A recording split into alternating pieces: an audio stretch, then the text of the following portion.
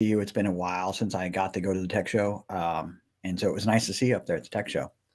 Likewise. Yeah. Yeah. We got some decent weather. We avoided the blizzard Mm-hmm. up there, and it's always good to go up there and learn some new stuff and see everybody. Well, the last time I was up at the tech show, I wasn't a runner, right? And I don't know if I can say quotey fingers. I'm actually a runner today, but I got to run. It was cold, but I got to run on the lakefront, which was really kind of fun.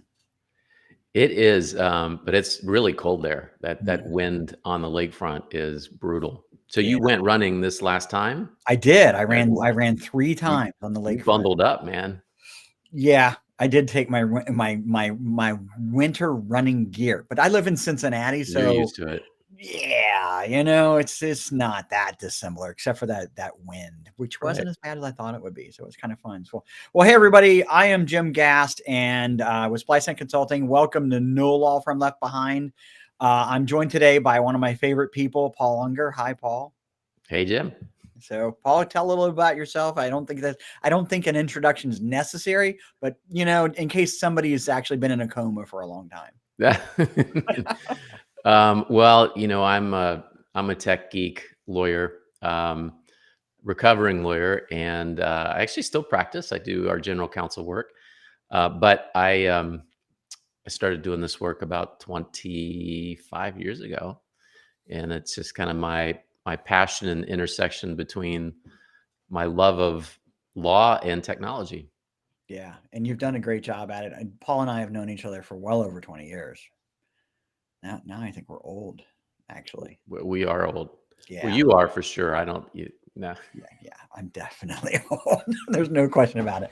Well, listen, we're here to talk today about cybersecurity risk and ethical challenges. There's a legal side of the conversation, and then there's the technical side of the conversation. Sorry, that's what I get for drinking Monster today.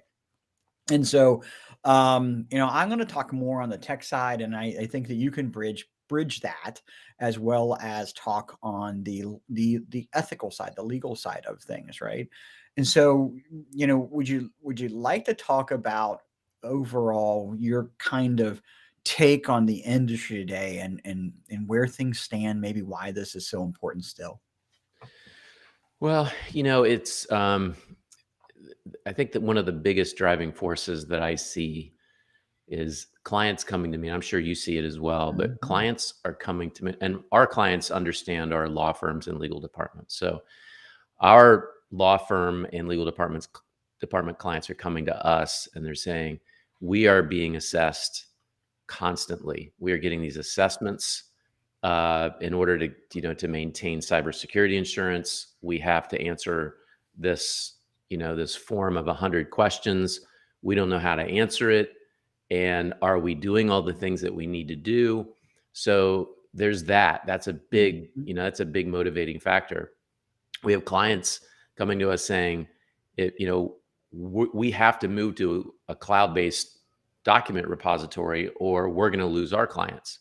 Yeah. So that's a big, really, I hate to say it, but you and I have been talking about cybersecurity for 20 plus years, and we've been preaching that to our clients, but not that they don't listen to us, but sometimes they don't listen to us until they have to. Yeah. And now that they have to, they are coming to us more and more saying, hey, we need to lock things down, and we need to be in compliance with these requirements from our own clients.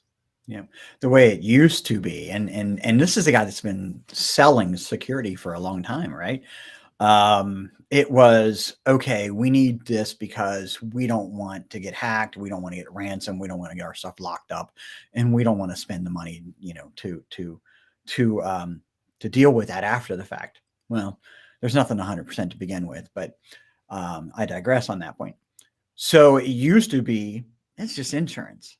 It's really what it is. Okay. Right. It's a technology for insurance. Now there's cyber liability insurance, and we see cyber liability insurance is becoming required for our business, not because we're afraid of going out of business because of a hack, but because our clients are requiring. If you're corporate, if you're working for corporate and you're, dealing with any type of, like you said, hospital earlier, and, Fortune 500 company, any organization that has the need in their daily business, through regulation or through just the fact that they want to be responsible, they're coming to all of their vendors and saying, that touch their data. We need this. And if you're going to keep your clients, guess what? Now you have to. So Yeah. it's become more of a competitive thing. And they're getting hit by ransomware attacks. It's not, it's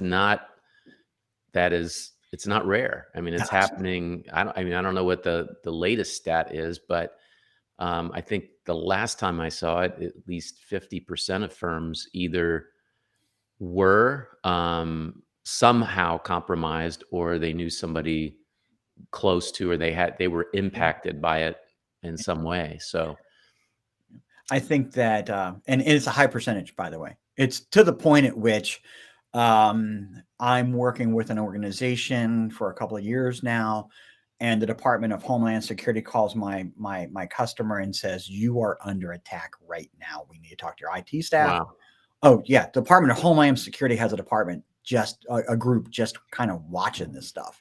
that Thank would be goodness. scary. It was. Well, they said, I wouldn't want that call.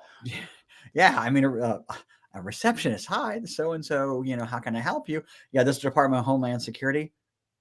Yeah, right. You know what I mean? That was their first reaction. Yeah, yeah, Of course, because they're foreign cyber criminals. They're Yeah, not they're not on the mainland, so they're involved as well as the FBI yeah, if it's a domestic attack. yeah. They were instrumental in thwarting this attack, actually, which was nice to see. Wow, Then, of course, what do you think? Do you think the customer listened to our advice after that fact? I hope so. Yeah, they did. They did. And look, I get it. It's not my money that I'm spending, that I'm recommending somebody spend. It's theirs, and I never judge. I never. You can't, right? However, let's talk about some of these points here, right? I think that we should kind of start with some of the best practices. How do you feel about that, and the ethical balance and reasoning behind them, right? Right. So, as a lawyer, we need to look at Rule 1.1 Hmm. in Ohio that redefined competence. That mandates that we understand the risks and benefits of technology. 1.6 is really kind of the backbone Yeah. of our obligation, and that requires us. 1.6 is, as most attorneys would know or either remember, is that obligation to keep client confidential information confidential and safe. And safe is the big part, right? It's not just keeping it confidential, but if we look at the case law, it requires that we keep it from being destroyed, being hacked, lost due to our negligence. Maybe we didn't run an update, we're not backing up data, and we lose like the only copy of information that's critical to the matter for which we're representing them. So those are and then of course 5.3, which obligates those non-attorneys, which would also include contractors as well, Yeah. in the safekeeping of client information. But those are the rules around it. But at the end of the day, it means that we have to take reasonable steps to protect that client confidential information. Mhm. And that's a minimum. It's a minimum. Like if there are other rules in place or laws in place, like HIPAA is like a big one. We have to comply with, like, if we represent banks, we have to make sure that we are securing that data in compliance with the rules that apply to them, Yeah. as true with HIPAA. So we need to be aware of that. Now, I think that um, the first step in all of this is taking is developing a WISP, a written information security program. Mhm. It's a lot. It's a big step. And so we often say, "Oh gosh, we've got all these things that we need to do. We heard about this piece of software we can install, and let's do, that's fine. It's a Band-Aid, but long term, we really need to stop, take some deep breaths, put a committee together, hire an expert like you, and put together a written information security program, and realize that that's a massive undertaking. But you don't have to be compliant on your first day. So I tell people all the time, you write the policy and then you work to get in compliance with your policy. And you could even put that in your policies. Like, in my program, we will be compliant by. So technically you're not in compliant. So, but you work toward it. It's a big undertaking. It's a tremendous one. Actually, I take it a step further than that. So I'm not even a big fan of writing the policies ourselves. I think that that's a legal role. Okay. And many of organizations, and we're not talking about law firms, but maybe even law firms, some of them, IT is becoming a section under legal. Oh, for sure. Yeah, it's happening. And so, my partner, my co-host, occasional co-host Dave Myers on the show here, and former partner of the business, he does data risk management and compliance is what he does at the law firm he's at now. Buckingham, by the way, everyone. Dave Myers, Buckingham. So free plug, Dave. And so I always recommend to our prospective clients, hey, listen, if we want to go down this road, let's get a lawyer involved, because it could be a legal issue, right? And I like to say, okay, from your experience, from your knowledge, what should this organization be doing? What should that law firm be doing for their clients? And then we could uncover all kinds of, things like, oh, well, we do personal injury over here, so we're doing insurance defense, and we're getting a medical records request. So there's HIPAA right there. Oh, and over here we'll do estate planning. We're pulling in, bank information and so on, and so and so there's all kinds of data that has to be considered, and there's different requirements for each one of them. Now we need you. I wrote ours. Yeah. And by the way, I do not want to write another one of those in my life. Yeah. I don't want anybody to ask me to write theirs. No. Let's send them to David. Yeah. But when I did, I needed to reach out to you and say, hey, I don't even know what this acronym is. And what is this thing on a server? What's MDR? What's MDR? So over my head. We need to work, we work together to do that. Yeah. And I think that but it's like, who do I turn to when it's about security? Well, you're going to turn to the tech people, And so I think the tech people have a responsibility to say, hey, this is us, but over here, this is us, and we're not the first step. The first step is, let's evaluate what you need, and let's get somebody to tell us both what you need from a policy perspective, what you should be doing and how you should be doing it and how you should be monitoring it. And then we'll do that technical part of it. Right. And then we'll do the monitoring, but those check-ins should be done, and it really is a legal thing. And it doesn't have to be, I mean, if I'm filling out if somebody comes to me with a cyber liability insurance application and it says, how many records do you have? Well, of course I can answer that question. But, when it gets into some kind of legal question, I don't want to give legal advice inadvertently, Yeah. And so we have to have somebody. People listen, some people don't. It's okay. Either way, we try to do the best we can. There are technologies there's one word you said that is really important in the model rules, and it is reasonable, right? What is reasonable? Okay. And that's different for every law firm, right? Depending on what they do. I think it's important to understand that, there are baselines. Right? We were talking about safe storage, right? And using USB sticks or not using USB sticks in a law firm. We both have good opinions on that, right? Is it reasonable to lock them down or not? What's your thought on it? Well, okay. So number one, no removable media is the general rule. Okay. And so now there are going to be some exceptions.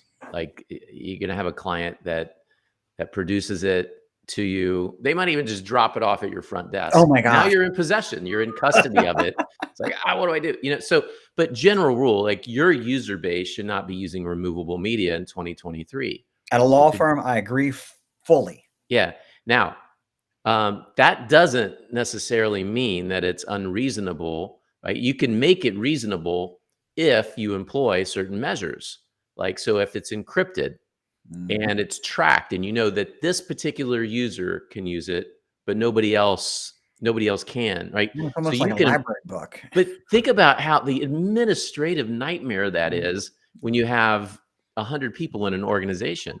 Oh my gosh. So I mean, you already have to track the desktops, laptops, phones, right? So adding in flash memory that they picked up at the bar association, it's just a bad idea. Yeah, So, but you can make exceptions and you can make it reasonable.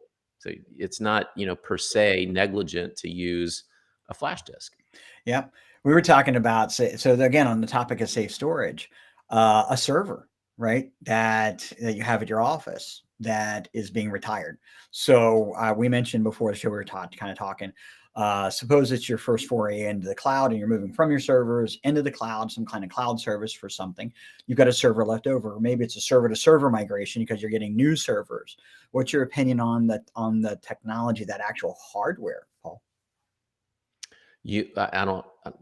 I'm not sure I understand the Yeah. question. What do you say about how do you dispose of that hardware? Oh, That's disposal on the hard drive. Yeah. So What computers you're upgrading? Yeah, listen, I mean, today's world, a lot of hard drives now aren't the traditional, spinning hard drives. They're flash memories. So using older tools like Kill Disk. Gosh, what's the other big one that people use? I know, Yeah, RoboKill or something like that. yeah, that complies with Rule 5220, but those don't work on flash memory. So it's difficult. I would always recommend that they hire a professional and that they certify destruction of the data. So I send them to you. I send them to people like you. There's, Iron Mountain is kind of a big one that disposes of paper. They now dispose of, we have a graveyard and they come a couple times a year and they pick up those devices. We give them the serial numbers. They give us the paperwork back saying that those things have been properly destroyed. You got it. Actually, there's a conversation to be had about that graveyard also. That graveyard should probably be locked. Definitely is. It's under lock and key, and there's only I think 4 or 5 of us in the organization have access to it. Yeah. So there's physical security. It's not just data on your computer. It's physical security. Do you let people in your office? Are you logging attendant? People who walk in your office, do they have to be accompanied by an employee at all times? Yes. Video surveillance. Very important. There's physical security, and that's a big deal now, and with remote employees. So think about, you have a house full of teenagers. They bring over their teenage friends. I have that. Like, I'm sure they drink. And I'm sure they wander into mom or dad's office. And so those, the paper laying out on a desk, physical security is a big deal. So you have to have drawers that lock, and you have to have machines that are locked and that auto lock after a certain number of, minutes of idleness. That's right. It's harder to, it's more of the Wild West now that we have people working from home 50% of the time. Now, I was talking to a firm yesterday that we were starting to kick off our relationship. And I said, okay, now you're not going to like this conversation, this part of the conversation. Nobody likes security. No one likes security. It hinders You're always us. the bad guy too. I'm always the bad guy. Yep. And here's what I tell people. I'm going to tell you what you need to do. You're going to choose what you're going to do. That's okay. But I'm going to document that I told you what you should do. And it's for good reason. But I was talking to him yesterday, and I said, you've got a lot of people that work from home. You've got a hybrid workforce, or you've got a hybrid work week, right, where people can work from home or work from the office periodically. How do you know what they're doing at home on your computer? Is your computer locked down so they can't go to Evernote and use Evernote if they want to on their own, which is a wonderful application, but certainly not something that we want data to be kept in that belongs to the firm. That's right. And that goes back to the WISP, right? You have to Mhm. have approved Yeah, platforms that you save data in. And I say this all the time. My people probably, hate hearing it over and over, but they do. you Just so you have know, to have a I'll central source of confirm they truth. do. You have to have a central source of truth, and you can't secure data that's decentralized. So, it's no longer 1990. It is the year 2023, and we have to behave like adults or we're going to lose our clients. We're not going to get insurance. So we have to do those things. They Wait, we're cost gonna get money. disbarred. Yeah, you have to build that cost in. That means you have to raise your rates because you have to pay for this infrastructure in order to get it done.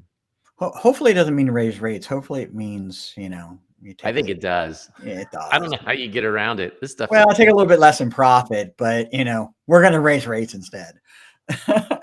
It really does come back to the ethical conversation, right?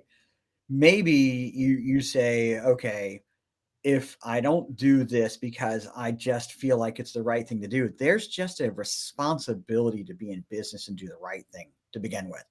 But lawyers are governed, and in that reasonable, is it reasonable not to have antivirus in your computer? Is it reasonable? How far do we go? Is it okay to get a firewall from Costco, or should I have a business firewall in my 25-person law firm? What's reasonable? I did a whole bunch of CLEs on this in the early days of these model rules. There's plenty of opinions that come out on these things too. Um, is it reasonable to have physical security? What's reasonable is what you put in your WISP. That's acceptable in the industry today. It's different than it used to be. Now, it used to be antivirus. Now it's what they call EDR, right? With smart, intelligent, next-gen antivirus that's being monitored by, artificial intelligence and potentially people. Is that reasonable? Well, maybe that's not where you start, but at least, it's a conversation you should be having. Yeah, it's funny because if you look at the comments to Rule 1.6, one of the things that is one of the factors that they use to determine what's reasonable is the cost and the difficulty it is to use it. And what was reasonable in the year 2000 is very different today. Let me give you two examples. Full disk encryption. Oh, You wow. know, doing full disk encryption in the year 2000, nobody knew how to do it. It was expensive, right? And so today it's built into the Windows operating system and it's a flip of a switch. It's like going over to the wall and click. It's that easy. Yeah. So you can't defend yourself in front of a disciplinary board saying you didn't know that this was available. You didn't know how to use it. It was too expensive. It's insane. Same with flash memory. Oh my It's God. yes, like using flash memory back then, it was expensive to use, but encrypting those, no one knew how to do it. You can't do it. Today you go down to CVS and buy an encrypted flash drive for $10. A burner phone, for crying out loud. Yes, I mean there's no defense. So No, we have to engage in those no, you're so um right. You're so those, right. those Have you seen law firms being sued by their clients because of breaches of their data? I don't have any clients that have had that, No, but no, no, no. and I suspect if they did, it's kept pretty quiet. I I would mean, expect. unless it's a real lawsuit, which would be public. But you read about those stories. You read about hacks at big data, compromises at big firms. It's embarrassing, and if you're a big firm, it's hard to not, be in the news. So you don't want to be that victim.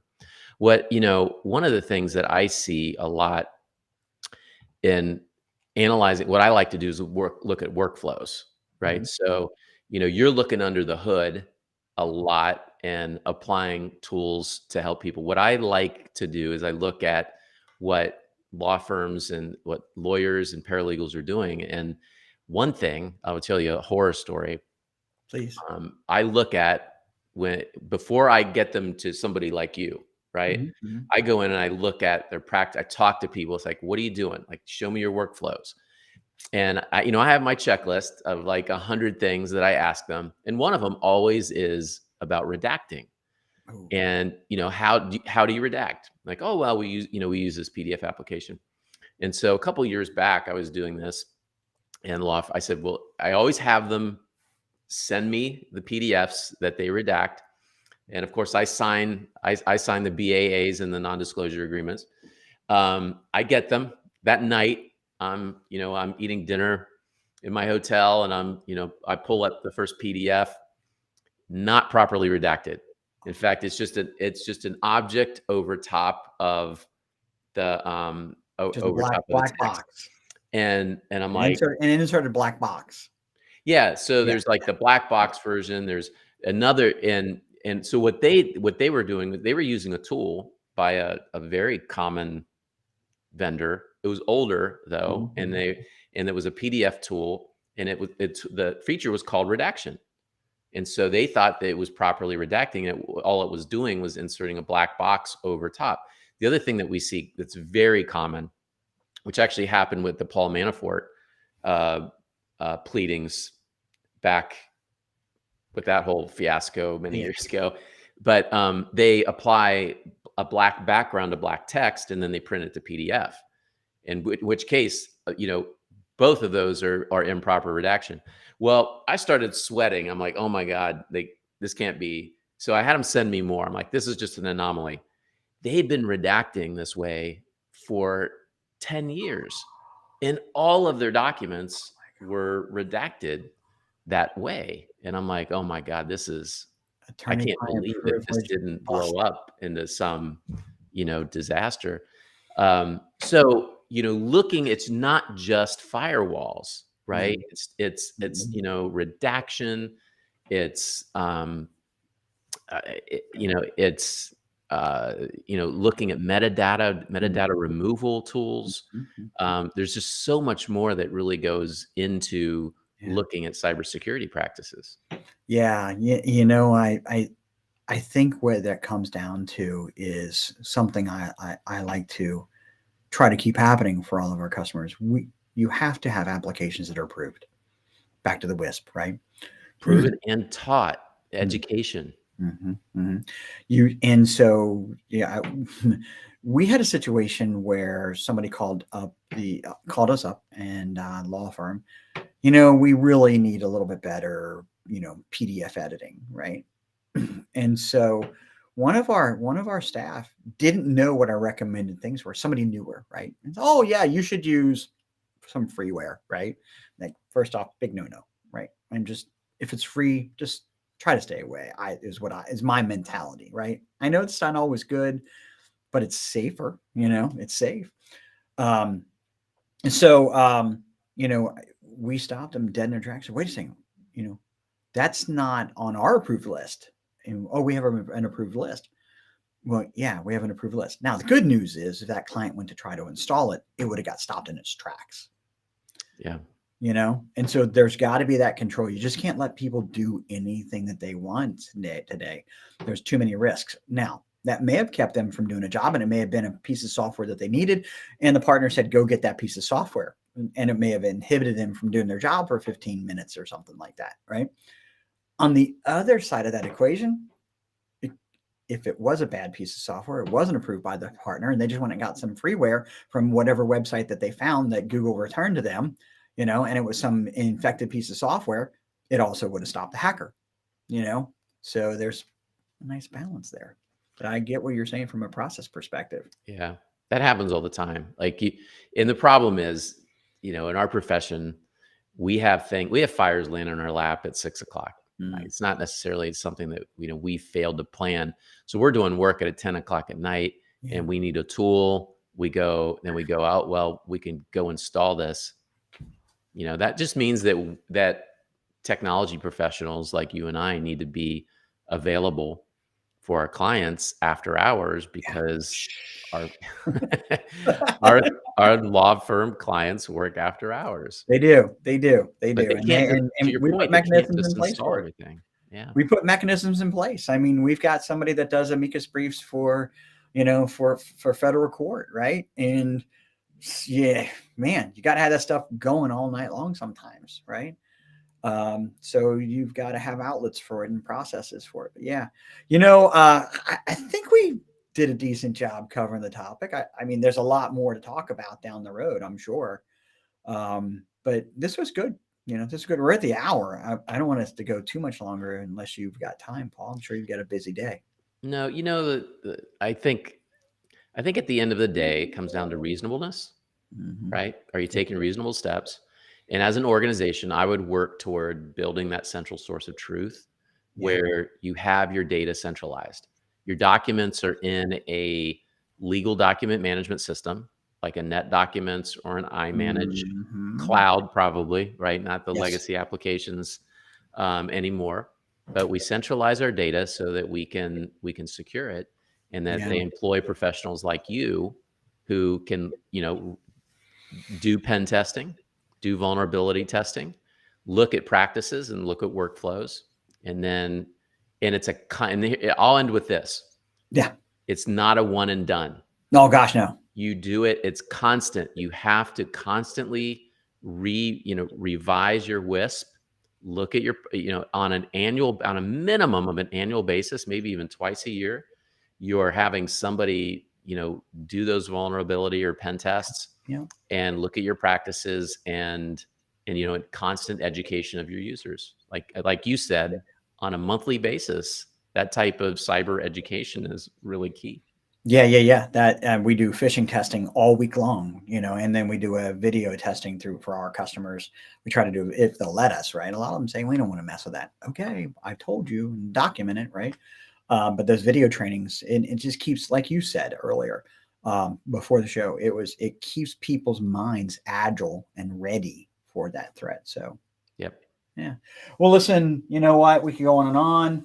If you're not a member of our No Law Firm Left Behind group on LinkedIn, I'm not going to bother with the caption, but go look on LinkedIn for No Law Firm Left Behind. Join the group, follow the page. If you're not getting the No Law Firm Left Behind magazine, please let me know. Private message me. This is Robert Hershevek, Shark, on the cover of No Law Firm Left Behind, by the way. A few other really cool people up there too.